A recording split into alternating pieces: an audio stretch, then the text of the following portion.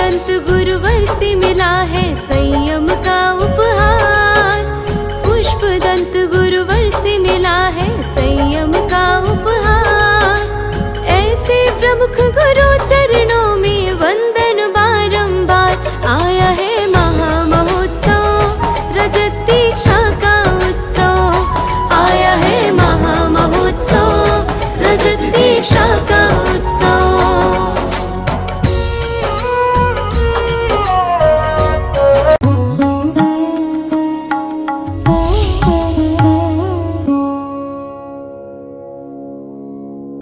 इस जीवन में हमारे पास ज्ञान है तो सब कुछ है, ज्ञान नहीं है तो हम जो कुछ कर रहे हैं वो हमें पुण्य देगा या पाप देगा हमें पता नहीं। उनसे हमें मार्ग प्रशस्त होगा या नहीं मालूम नहीं। हमारे पास ज्ञान की आवश्यकता है। आप विचार करके रखना, ज्ञान सबसे पहले हमें विवेक सिखाता है। और कहा करते हैं स्कूल में जब हम लोग पढ़ते थे वहाँ पर एक सूत्र लिखा रहता था, विद्या विनयम ददाति। क्या लिखा रहता था? विद्या विनयम ददाति। हम लोग बचपन से पढ़ते आ रहे हैं। आप विचार करके रखना, जब विद्या तुम्हारे पास आएगी तो आप विनयवान बनेंगे ही बनेंगे। आपके पास विनय गुण आएगा ही आएगा। ज्ञान कहने से डिग्रियां तुम्हारी कोई नहीं देख रहा है, तुम्हारा व्यवहार देख रहा है। अगर तुम्हारी व्यवहार अच्छा है, तुम्हारा विनय गुण अच्छा है, तो मालूम पड़ता है तुम ज्ञानी जीव हो। और आपके अंदर व्यवहार अच्छा नहीं है, आपके अंदर बड़ों के प्रति रिस्पेक्ट नहीं है, अपने से बड़ों को तुम तुच्छ समझते हो, तो समझना तुम जैसा अज्ञानी जीव संसार में कोई भी नहीं। तो सबसे पहले आचार्यों ने शुरुआत कर दी और आखिरी में भी यही कह दिया, विद्या विनयम ददाति और विनयम मोक्ष द्वारा। फर्स्ट बात कही और लास्ट बात कही। फर्स्ट में कह दिया कि विद्या आपको विनय देगा और विनय होगी तो तुम्हें मोक्ष का द्वार मिलेगा, अन्यथा। और आप विचार करके रखना, ग्रंथों को पढ़ लेना कोई बहुत बड़ी बात नहीं है।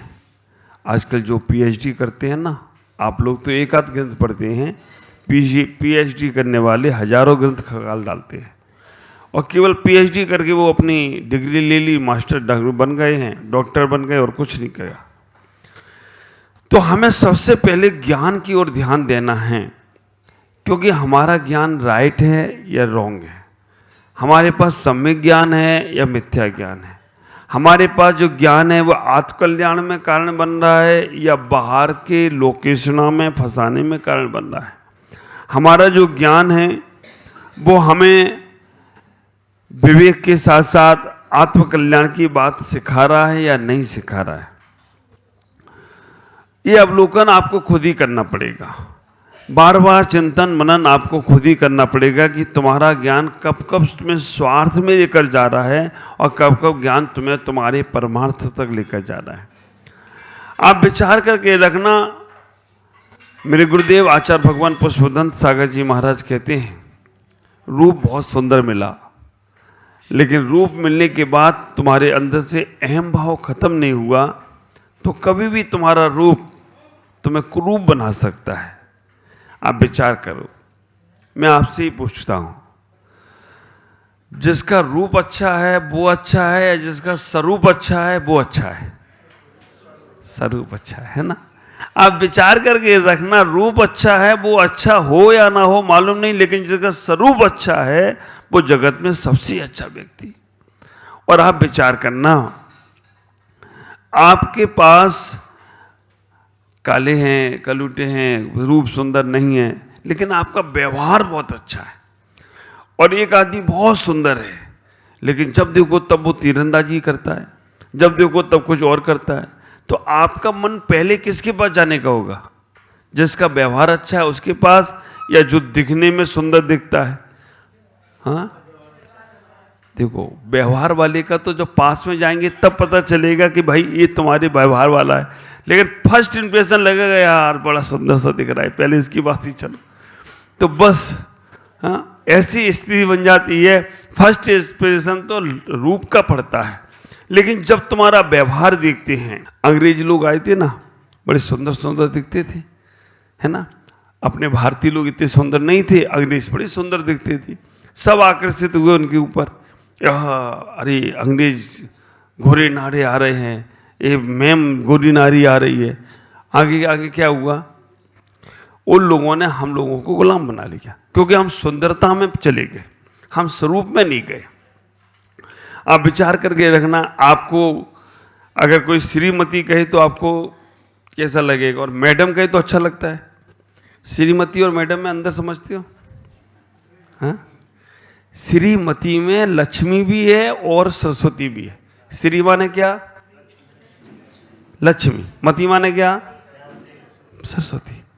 श्री में लक्ष्मी भी है और मति माने बुद्धि, बुद्धि मतलब सरस्वती। तो आपको सरस्वती का भी दर्जा दिया गया और लक्ष्मी का भी दर्जा दिया गया। इतना अच्छा शब्द है। लेकिन मैडम, विदेशों में मालूम मैडम किससे बोलते हैं? अभी बताएंगे तो अच्छा नहीं लगेगा। जो नहीं बोलूंगी, नहीं बोलूं।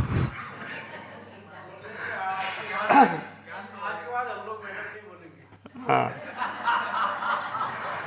मैं अभी कल ही सुन रहा था, पढ़ रहा था कहीं पे, तो मैडम उसे बोलते हैं जो बाजारू औरत होती है, उसकी जो मुखिया होती है ना, उसको मैडम बोलते हैं।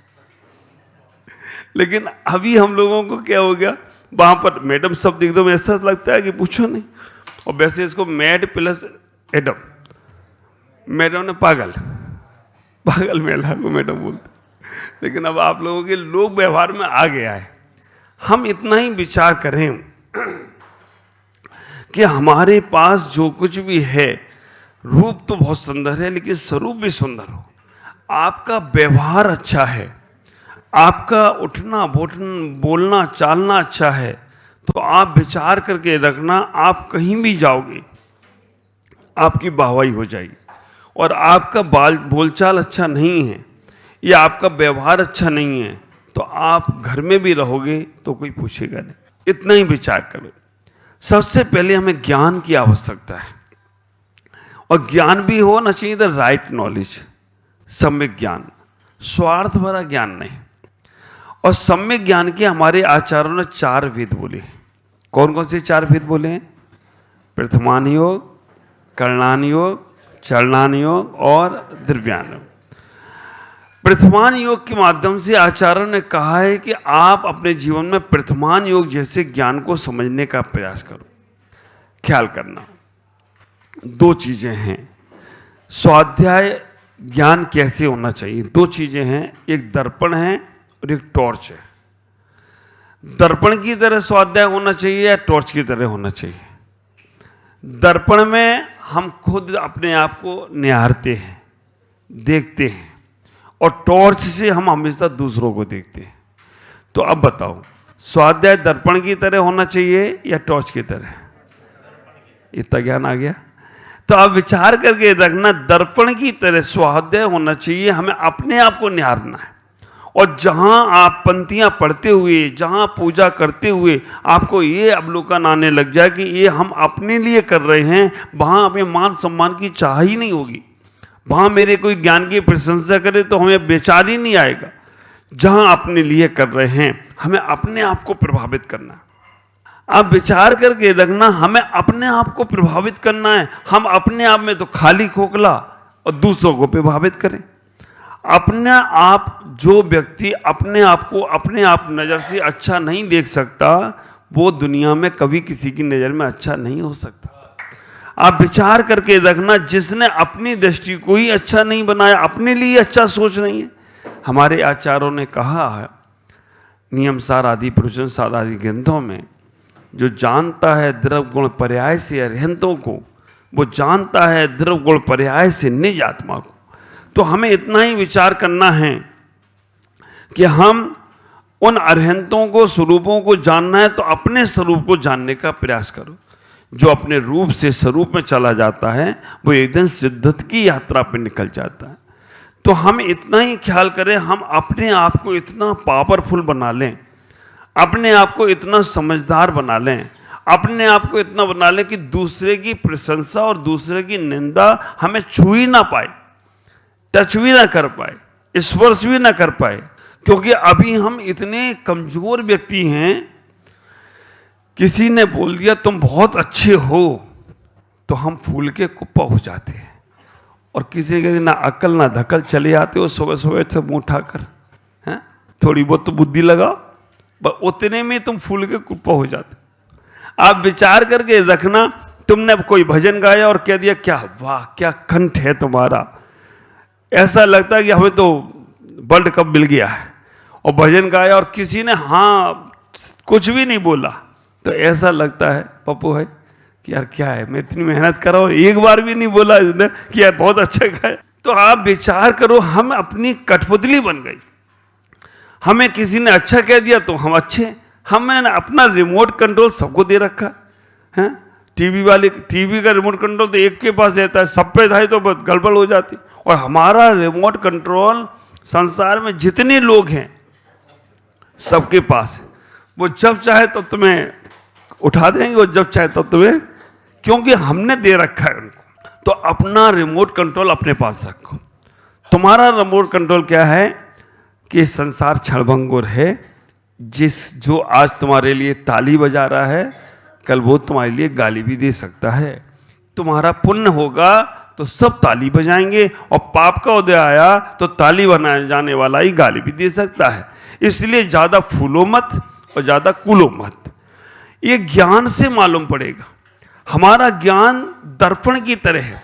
देखो दर्पण कितनी अच्छी चीज है। दर्पण में स्वागत सबका है लेकिन संग्रह किसी का नहीं है। तो ऐसा ही हमारा जीवन होना, स्वागत सबका, संग्रह किसी का नहीं। जो आया उसका वेलकम, जो हमारे जीवन में कल्याण में कार्य बनना उसका स्वागत है। तो आप अपने जीवन में ऐसा ही ज्ञान को अर्जन करें, क्योंकि ज्ञान तुम्हारे जीवन में सब कुछ दे सकता है। और आप विचार करके रखना, सम्यक ज्ञान हो जाएगा उसी वक्त हमें कोई भी बाहर की वस्तु प्रभावित नहीं कर पाएगी। देखो ज्ञान से कैसे क्या होता है, छोटा सा एक एग्जांपल दे रहा हूं। बहुत अच्छा तुम्हारा व्यापार बिजनेस चल रहा है और वो बिल्डिंग आपको बेचना है। आपको वो बिल्डिंग बेचना है लेकिन नहीं बिक रही है।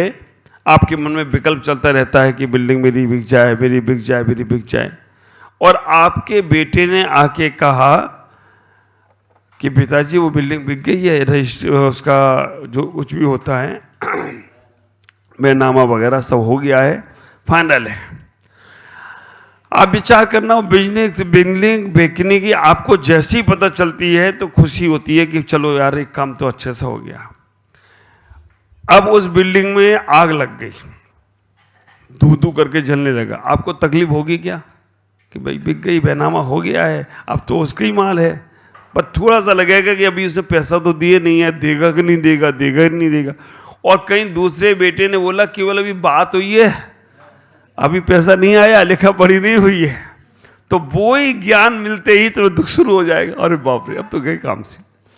तो हमें विचार करना, अपने 4 अनुयोग हैं और मैं कहता हूं चारों अनुयोगों में वो बातें आई हैं कि जो हमारे जीवन को बहुत आनंदित बना सकती हैं। चारों अनुयोग हमारे पास हैं, प्रथमान योग, कर्णान योग, चरणान योग और द्रव्यान योग।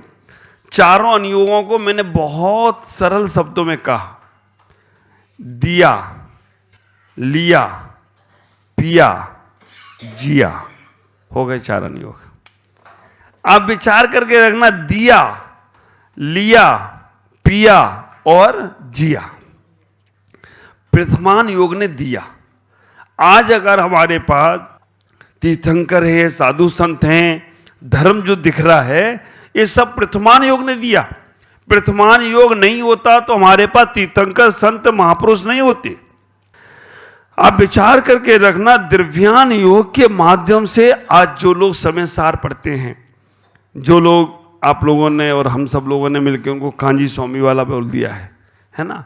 आप विचार करके रखना, वो स्वाध्याय से सब कुछ पाते हैं, स्वाध्याय में इतने लिप्त हो जाते हैं, बस गलती कहां कर जाते, क्रियाकांड को वो बेकार का बोल देते हैं।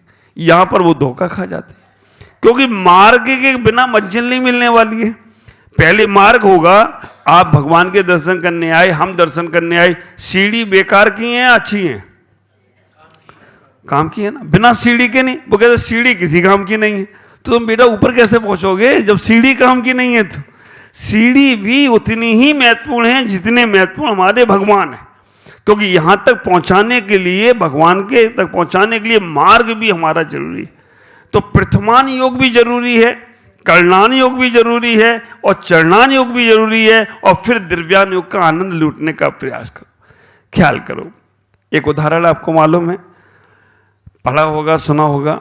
एक बच्चा गिर गया, रोते हुए माँ के पास पहुंचा, माँ से रोने लगा कि मैं गिर गया, मुझे दर्द हो रहा है, मैं रो रहा हूं, और आप हमें चुप ही नहीं कर रहे। माँ ने कहा बेटा ये रास्ता ऐसा ही है, यहां पहले तेरे पिता भी एक बार गिर गए थे, तेरे पिता भी यहां से गए थे, गिर गए थे। अब बेटे को तो रोना बंद नहीं हुआ।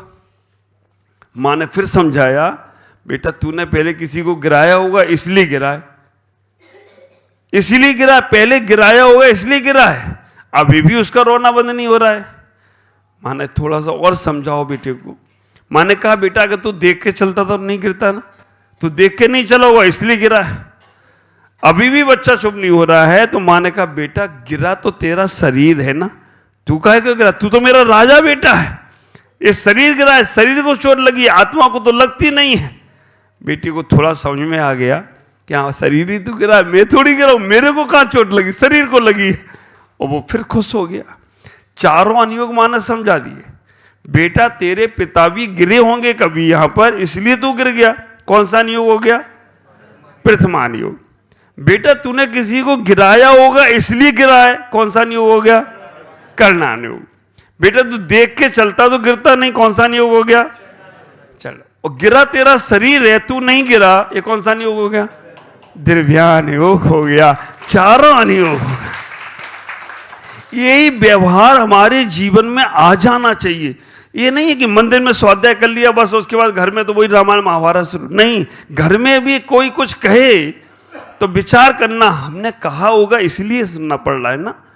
अगर हमारा कोई काम गड़बड़ हुआ, हमने विवेक नहीं रखा होगा, हमने ऐसा कार्य अविवेकी कार्य किया हुआ इसलिए ऐसा हो रहा है।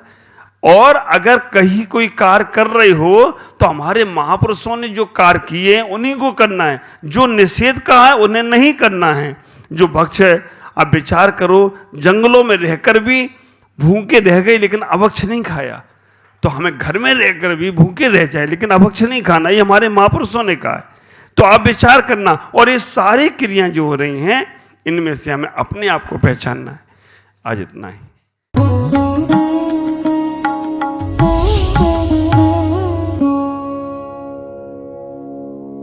ज्ञान एवं संस्कार का अद्वितीय संगम, मुनि प्रमुख सागर जैन पब्लिक स्कूल उत्तर प्रदेश प्रांत के जिला इटावा की पुण्य भूमि कुनेरा में परम पूज्य पुष्पगिरी तीर्थ प्रणेता आचार्य श्री 108 पुष्पदंत सागर जी महाराज के मंगल आशीर्वाद एवं परम पूज्य भारत गौरव आचार्य श्री 108 प्रमुख सागर जी महाराज की पावन प्रेरणा से स्थापित मुनि प्रमुख सागर जैन पब्लिक स्कूल, जहां भावी पीढ़ी को न केवल लौकिक शिक्षा प्रदान की जा रही है बल्कि भारतीय संस्कृति और उत्तम संस्कार भी प्रदान किए जा रहे हैं। यही शिक्षा समाज में जागरूकता, नैतिकता और समता का भाव जागृत कर रही है, तो वहीं ये संस्थान भविष्य का मार्गदर्शक बनकर एक सशक्त समाज के निर्माण में सहायक सिद्ध हो रहा है। इसके अलावा कक्षा 8वीं तक की शिक्षा प्रदान करने वाले इस स्कूल में पूज्य गुरुवर की अनुमति से अब कक्षा 12वीं तक के विद्यार्थी भी लाभान्वित हो सकेंगे। अब ये विद्यालय कक्षा 8वीं से 12वीं तक प्रारंभ होने जा रहा है, अतः निर्माण कार्य के शीघ्र आरंभ हेतु सधर्मी बंधुजन अपना अपना धर्म योगदान देकर इस पुण्य कार्य में सहभागी बने और अनंत कालीन धर्म लाभ अर्जित करें। अधिक जानकारी एवं सहयोग हेतु संपर्क करें छुलक Shri Paramanand Sagar ji, Anand Baba, Shri Chhavi Sethi, Dimapur, mobile number 9436003664, Shri Rajesh Elani Dimapur, mobile number 9346666666। Sangeeta Jain Etawah, mobile number 9897795058। Shri Mithun Jain Etawah, mobile number 7300726318 एवं 9411989700। बैंक डिटेल्स, बैंक का नाम बंधन बैंक, खाता संख्या 1022000048325568, IFSC कोड BDBL 00020101। खाता नाम श्री दिगंबर जैन आचार्य प्रमुख सागर